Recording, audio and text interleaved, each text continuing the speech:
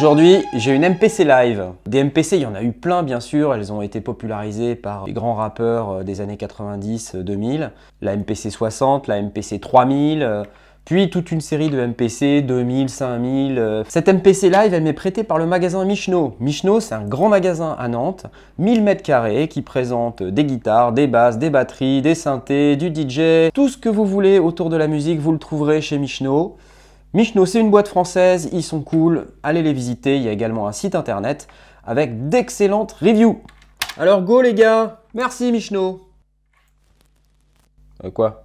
Plus récemment, les MPC ont pris un tournant beaucoup plus logiciel, avec des contrôleurs qui n'étaient que destinés à piloter le logiciel MPC Live. Mais feature très intéressante sur ce modèle, il a une batterie et un mode standalone. Ça vous permet d'emporter votre MPC Live partout avec vous et d'avoir entre 4 et 6 heures de batterie. Alors j'ai testé effectivement, la batterie peut durer entre 4 et 6 heures avec une utilisation normale. C'est sûr qu'en utilisation intensive, on ira plus du côté des 4 heures que des 6 heures. Côté hardware, on va retrouver le bouton Power, une entrée pour pouvoir brancher l'adaptateur fourni avec la boîte, des ports USB de type A et type B, deux prises MIDI in-out, un slot SD card sur lequel vous pouvez stocker vos projets également, une entrée line-in LR format symétrique, une entrée phono avec l'impédance qui va bien pour accepter un tourne-disque, rec volume, le slot Kensington, ça évite qu'on vous la vole. Vous avez 6 sorties numérotées LR 3, 4, 5, 6 et une sortie casque avec un volume master qui partage le volume entre le casque et le master.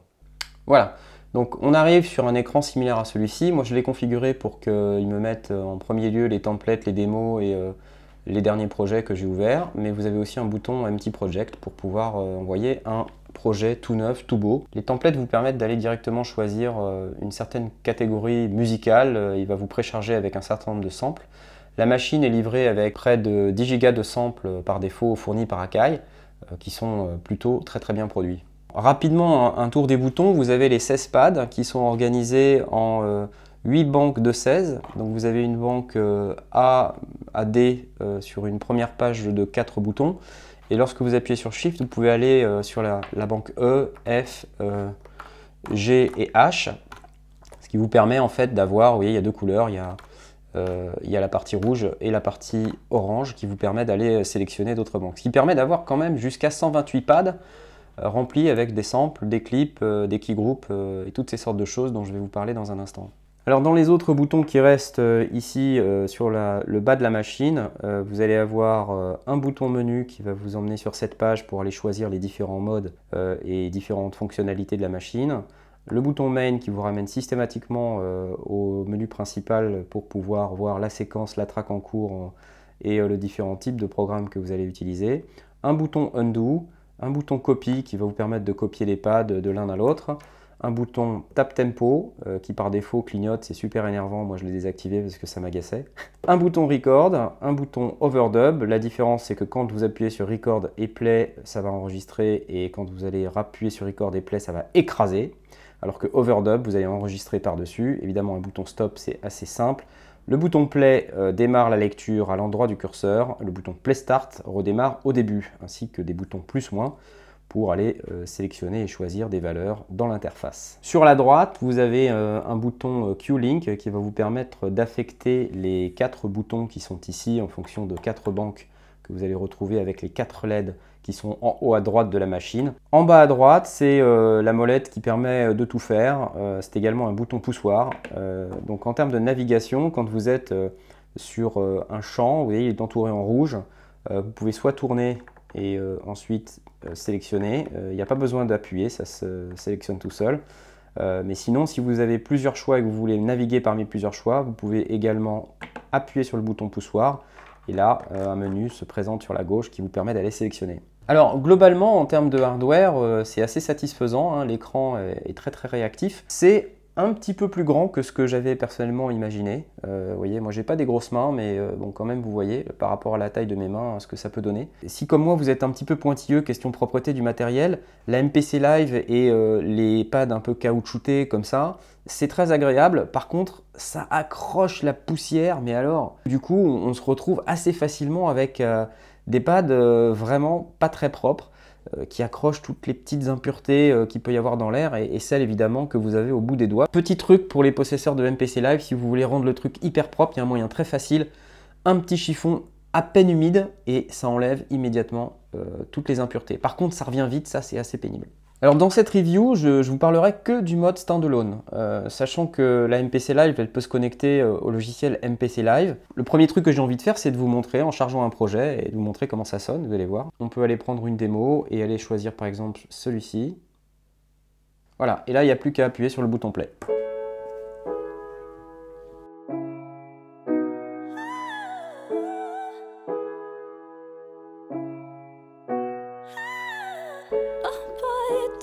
Me high, high than I ever been.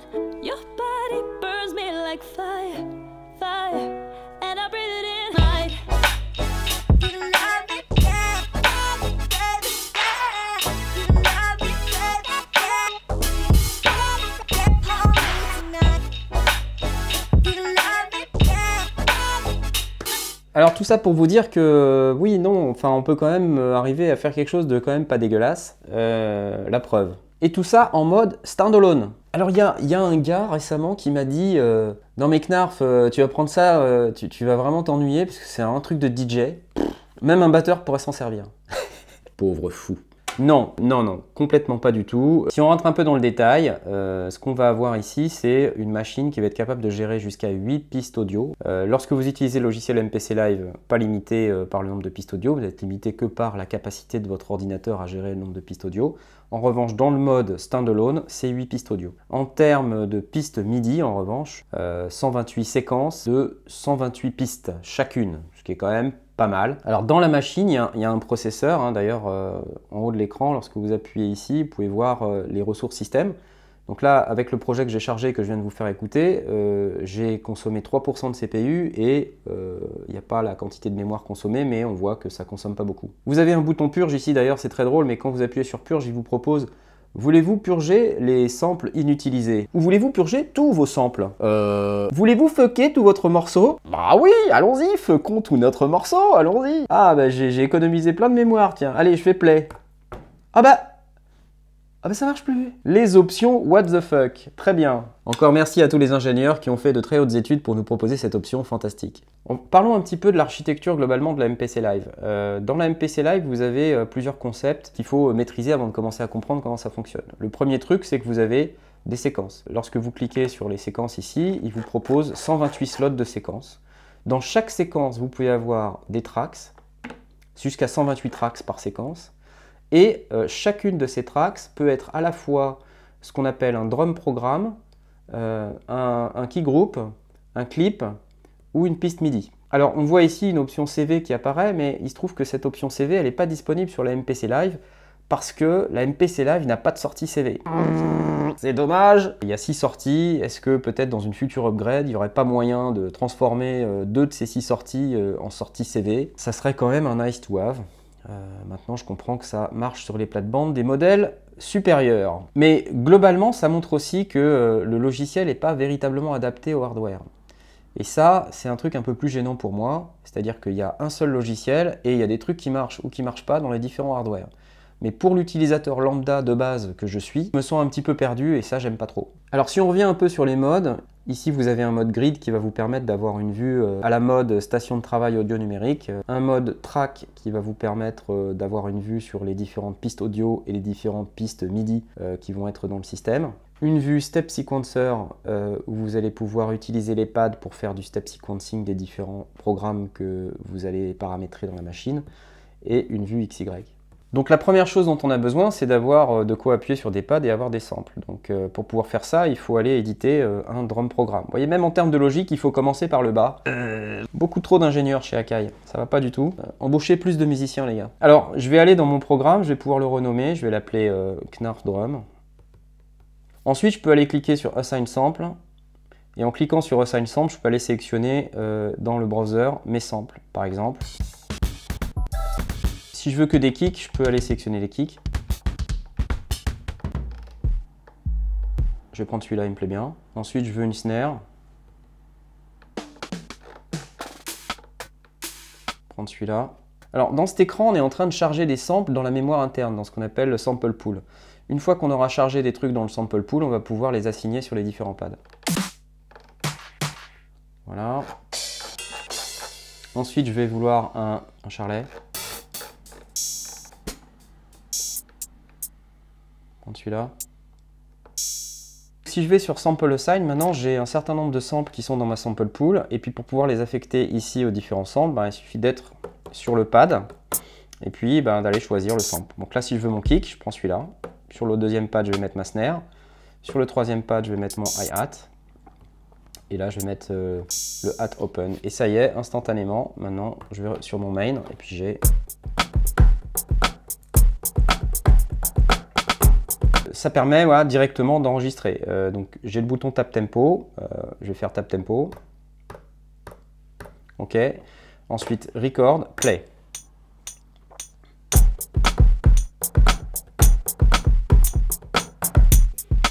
Voilà. Et là, il passe directement en mode overdub. Donc, ce qui veut dire que j'ai le moyen d'aller enregistrer par-dessus. Il y a de la quantification. Cette quantification me permet de jouer de manière un petit peu toin-toin. Et puis derrière, ça gère. J'ai enregistré une première track. Je vais appeler ça Drums Intro. Cette Drums Intro, elle était dans la séquence 1, que je vais appeler bêtement Intro. Derrière, je peux effectivement aller chercher une autre piste. Donc, si je retourne sur mon main, je vais aller changer de track. Et je peux continuer comme ça. Par exemple, sur la track 2, un instrument, je vais aller naviguer dans les instruments et je vais aller chercher, je sais pas, les basses. Celle-là, elle me plaît. Hop. Quand je vais chercher les basses, il me charge plein de trucs. Là, j'ai pas besoin d'assigner les samples, je retourne sur la main. Alors là, de base, truc bête, c'est qu'il ne charge pas la basse. C'est un peu con en termes de workflow. Il m'avait pas mis sur le programme qui allait bien. Donc là, vous voyez que les pads changent de couleur.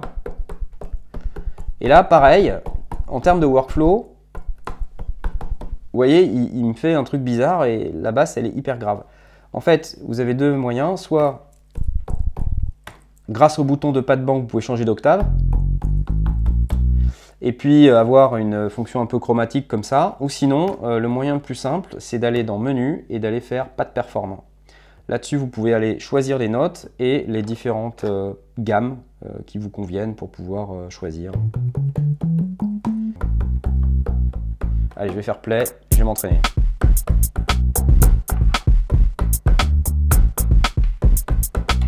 Ça me plaît, je vais enregistrer.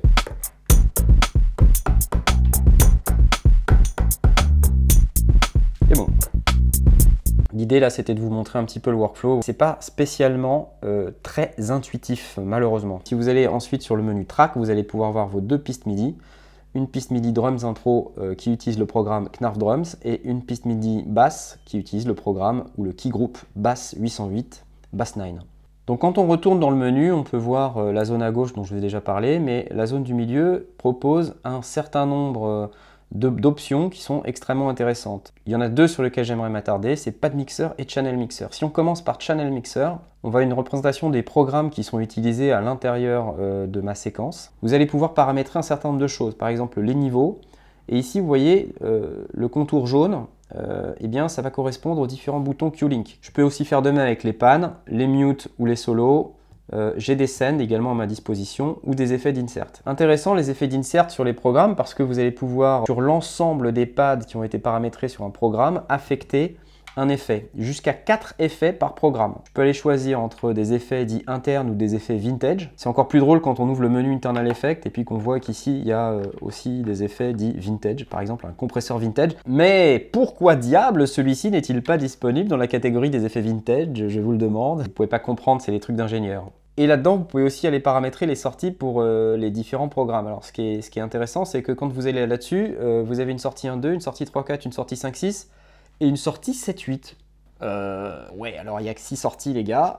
Ah là là là là là là. Et ici, vous avez également la possibilité d'enregistrer, de faire de l'automation. Quand on vous dit que c'est quand même assez puissant, oui, c'est puissant. Il y a moyen de faire des trucs quand même. Quand on clique sur Insert, ici, vous voyez, je viens d'insérer le chorus 4 voix. On peut aller cliquer ici sur le petit bouton. Et c'est le deuxième petit carré qui s'allume, qui vous dit sur quel insert vous êtes. Je ne veux pas non plus faire mon lourd, mais c'est vrai qu'on aurait pu avoir ailleurs sur cet écran une information un tout petit peu plus claire sur quel était l'insert qu'on était en train d'éditer. C'est vrai que les toutes petites lumières en bas, c'est pas forcément quelque chose d'extrêmement clair.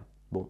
Donc au-delà des effets qu'on peut mettre sur le channel mixer, on peut aussi avoir des effets par pad, c'est-à-dire qu'à partir du moment où on clique sur pad mixer, on se retrouve avec exactement la même interface que celle sur le channel mixer, sauf qu'on l'a pad par pad. Donc là, on a affaire à quelque chose qui est relativement puissant. Si on veut aller sur les inserts, un clic là-dessus nous permet d'aller choisir les internal effects, exactement comme sur le channel mixer, et d'aller choisir un certain nombre d'effets. Ici, par exemple, je paramètre un chorus. Grâce aux Q-Link buttons, je peux paramétrer les différents effets de cette manière. À nouveau, tout petit regret, mais quand on clique sur Close ici, il ne se passe rien. Sans doute qu'un ingénieur de chez Akai s'est dit que le bouton Close dans cette fenêtre particulière ne devait pas forcément fermer la fenêtre. Allez savoir. Alors mettons maintenant que je veuille utiliser une piste en mode clip pour pouvoir profiter de la fonction Clip Launch qui est disponible sur la machine. Il faut pour ça que je clique sur ce petit bouton et derrière que j'aille sélectionner mes clips. Donc je me mets ici, vous voyez, Clip Programme, c'est sélectionné puisque j'ai choisi le mode clip. Alors vous avez vu comment on fait pour assigner des clips en mode drum. Quand on est en mode clip, malheureusement, c'est pas aussi simple. Je ne sais pas pourquoi, l'expérience utilisateur est différente.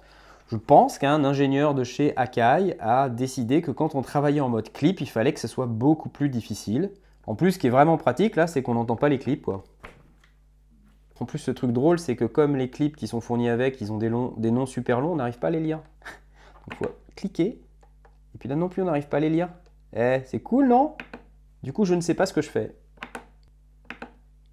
Donc, autant vous dire que, franchement, ça, c'est vraiment, vraiment très, très compliqué et très, très, très pénible. Là, je pense qu'en termes de créativité, si vous étiez encore motivé, c'est fini, quoi. Et on n'entend rien de tout ce qu'on fait, hein. C'est ça le truc terrible, hein. Ça y est, maintenant je vais pouvoir jouer, ça va être super. Allez, c'est parti.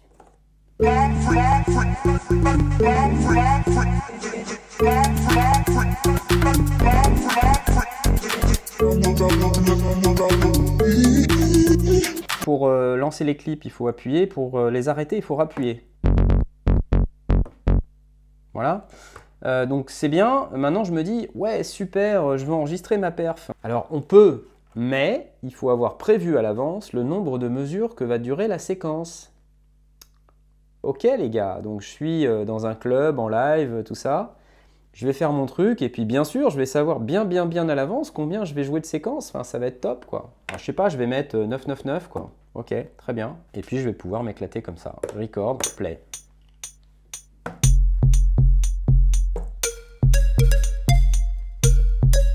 Zut, j'ai oublié le métronome.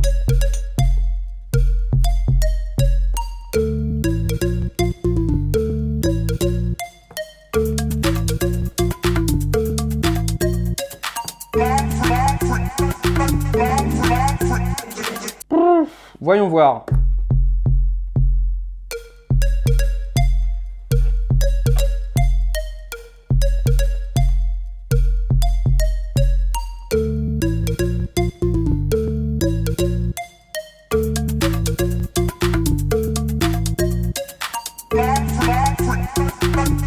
Voilà, c'est pas spécialement le truc le plus pratique de tous les temps. J'ai pas parlé du Step Sequencer. On va aller charger un nouveau projet, un template de type Future House. Alors ici, un certain nombre de sons sont déjà pré-paramétrés pour moi. Bah super, je vais passer en mode Step Sequencer. Je vais aller sélectionner le pad. Ah bah non, vous pouvez pas cliquer là. Ah, vous pouvez pas non plus cliquer là. Ah non, il faut aller cliquer là, sur le petit plus, le petit moins, vous voyez. Ou alors, il faut aller cliquer là, faire pas de sel, et puis sélectionner le pad. Sur ce tout petit bouton qui est là, c'est fameux. Bon, on aurait pu appuyer là aussi, hein, mais non. Un ingénieur de chez Akai a décidé que appuyer là, c'était pas bien. Non, non, non, monsieur, non. Je vais passer la time division à 16. Donc là, si je veux mettre des grosses caisses, eh ben, c'est parti. Voilà, donc comme ma séquence, elle fait 32 bars, là, pour accéder au niveau suivant, en quelque sorte, il faut que j'aille là, bars. Hop, hop. On aurait pu imaginer qu'avec ces boutons, voilà, non, il faut aller appuyer sur ces tout petits boutons qui sont là. Écoutez, qu'à cela ne tienne, peu importe. Honnêtement, je suis de mauvaise foi, on peut faire complètement autrement. C'est aussi une question de workflow, hein, c'est-à-dire que quand on n'est pas habitué et qu'on veut travailler d'une certaine manière, bah non, c'est l'outil qui vous impose sa manière de travailler. Donc pour faire autrement, je vais mettre une barre et je vais aller directement taper ici pour pouvoir faire ça. Ça, c'est beaucoup plus facile. Par contre, j'ai qu'une seule mesure. Donc en fait, je vais revenir ici sur ma séquence, je vais cliquer là et puis je vais dire double length. Voilà. Et soudain, ma séquence, elle fait 2 bars. Et elle a copié automatiquement ce dont j'avais besoin. Si je veux qu'elle fasse 4 bars, je fais double length main et maintenant elle fait 4 bars. Donc là, bon, ça commence à devenir intéressant. Si à la 4e barre, je veux rajouter des coups de grosse caisse, pas de souci, je reviens là, je me sélectionne la 4e barre et puis là, je fais ça.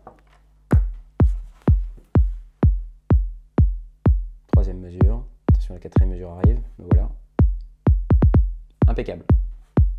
Alors on n'a pas parlé du XY, mais sur le XY, on peut paramétrer un effet de manière à disposer d'une fonction de type ChaosPad, comme ce que fait Korg avec les ChaosPad.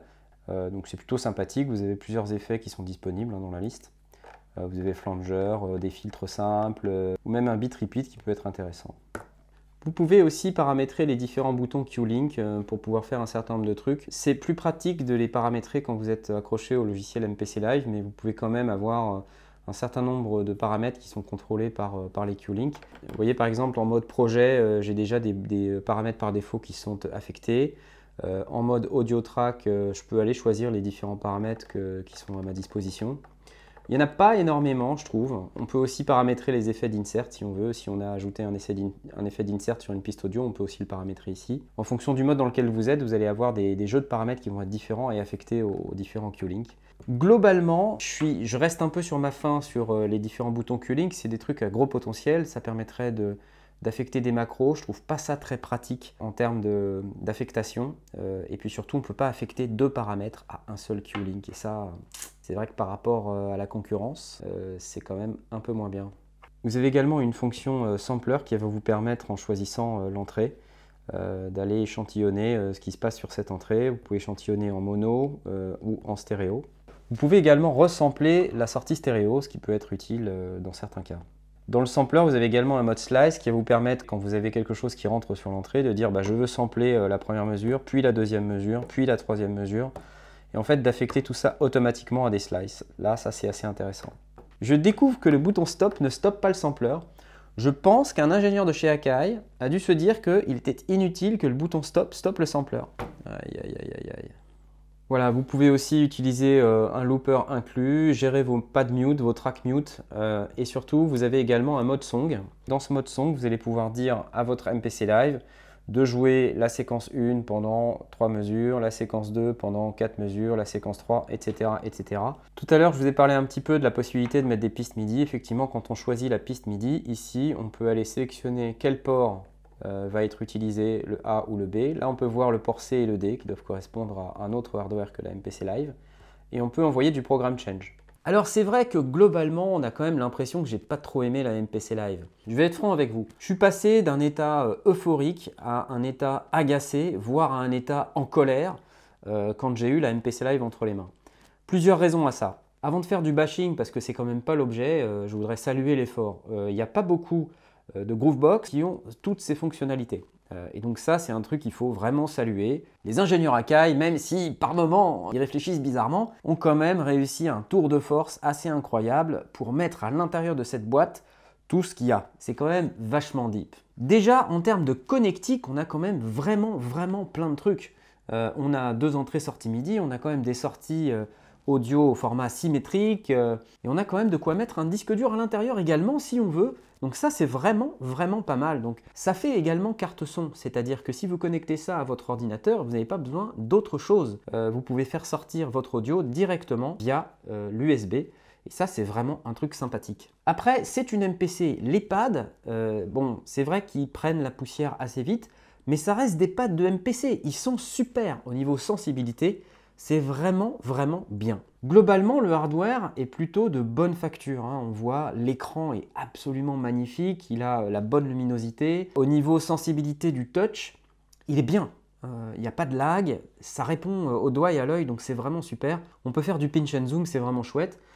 C'est aussi solide, les boutons ne se baladent pas, enfin il y a vraiment une qualité de construction qui mérite d'être soulignée. Donc voilà. Le fait que ça fonctionne sur batterie, enfin c'est carrément génial. On peut l'emmener dans les transports, on peut l'emmener dans l'avion, on peut l'emmener en voiture, on peut être dans le jardin, on peut faire ce qu'on veut avec ce machin. Et puis surtout dans ce format, avec cette possibilité d'être en standalone, c'est assez incroyable, vraiment.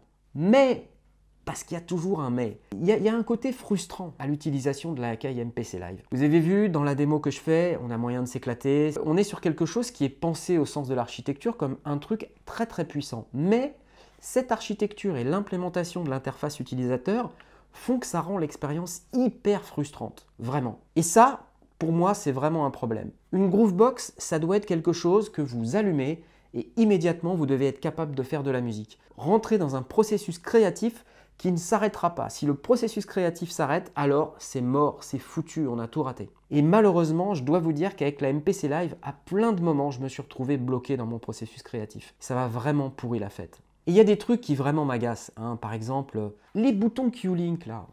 C'est un truc qui a plein de potentiel, c'est hyper sous-exploité, c'est pas très bien implémenté, c'est vraiment dommage. La prise casque en mini jack, c'est un peu bête. Les boutons close qui marchent pas ici ou là. Il y a aussi les histoires de clips et d'assignation de clips, de différences d'expérience utilisateur qui sont un petit peu compliquées. La question du comment on intègre cette bécane à l'intérieur de son home studio est aussi quelque chose auquel je ne sais pas vraiment répondre. On ne sait pas recevoir du programme change sur les séquences par exemple. Donc ça veut dire que si on veut pouvoir changer de séquence en se faisant piloter par une station de travail audio numérique externe, eh ben c'est pas possible. Donc ça veut dire que soit c'est le centre de votre studio et donc l'ensemble des équipements qui sont connectés vont être contrôlés par la MPC Live, mais la MPC Live n'a pas non plus suffisamment de fonctionnalités pour piloter tous ces équipements. Donc voilà, il y a quand même quelque chose. C'est à la fois une machine qui se veut ultra puissante et qui permet de réaliser des tracks qui sont quand même dans un état bien abouti, et en même temps qui n'est pas vraiment très bien ouverte sur l'extérieur ou qui ne dispose pas des fonctionnalités nécessaires et suffisantes pour pouvoir s'intégrer efficacement dans un home studio existant. En mode standalone, le fait d'avoir seulement 8 pistes, je me pose la question de savoir ce qu'on a comme hardware à l'intérieur. Enfin, sur une Raspberry Pi, on arrive quand même à faire de l'audio en temps réel avec des logiciels qui sont capables de proposer entre 16 et 32 pistes avec effet sur un ordinateur à 30 balles. Pourquoi sur la MPC Live, on n'arrive pas à faire la même chose? Je me questionne. Aussi, dans la musique moderne maintenant, surtout en musique électronique, on utilise des compresseurs d'une manière différente que ce qu'on avait l'habitude de faire avant. Notamment, on utilise beaucoup le sidechain. Eh ben, il n'y a pas de sidechain sur les compresseurs de la MPC Live. Attendez les mecs, là franchement, c'est un truc, ça me donne envie de frapper des gens. C'est pas possible. Aussi, on a la possibilité d'avoir des séquences. Malheureusement, on ne peut pas utiliser les pads pour changer de séquence et programmer ces séquences. Why? On voit de plus en plus sur les Groovebox de la concurrence des fonctions qui permettent de modifier, de faire du parameter locking, c'est-à-dire la possibilité de faire en sorte qu'un paramètre donné soit modifié pour un temps donné, pour un step. Voire sur la machine MK3 récemment la fonction snapshot, avec la possibilité de morpher entre différents snapshots. Tout ça n'existe pas sur la MPC Live. Et ça donne aussi l'impression que le produit a été sorti un peu vite, qu'il n'est pas terminé, hein. Donc c'est vrai que je trouve ça un tout petit peu décevant malheureusement, c'est dommage. Donc en résumé, c'est une machine qui est vraiment hyper deep, hyper puissante, il y a plein de trucs à l'intérieur. Au niveau de l'implémentation, il y a vraiment beaucoup de choses à revoir. Au niveau du tarif, sur cette machine, on est sur une machine qui coûte 1 199 €. Je me pose la question de savoir si c'est pas un tout petit peu élevé, surtout quand on compare ça à la concurrence. Ça ne veut pas dire que vous ne devez pas l'acheter, ça veut simplement dire que si vous êtes habitué au workflow Akai MPC, je pense que ça ira. Simplement, ne regardez surtout pas ce que fait la concurrence, parce que là, ça va vous faire un peu mal, surtout à ce prix-là. Voilà les gars, ça c'était pour mon avis sur la MPC Live. J'espère que Akai n'est pas trop fâché. Bon, je vous félicite quand même les gars, mais faites gaffe avec vos ingénieurs quand même, hein. Ils ont trop d'idées, ça va pas. Allez, on va faire des beats maintenant.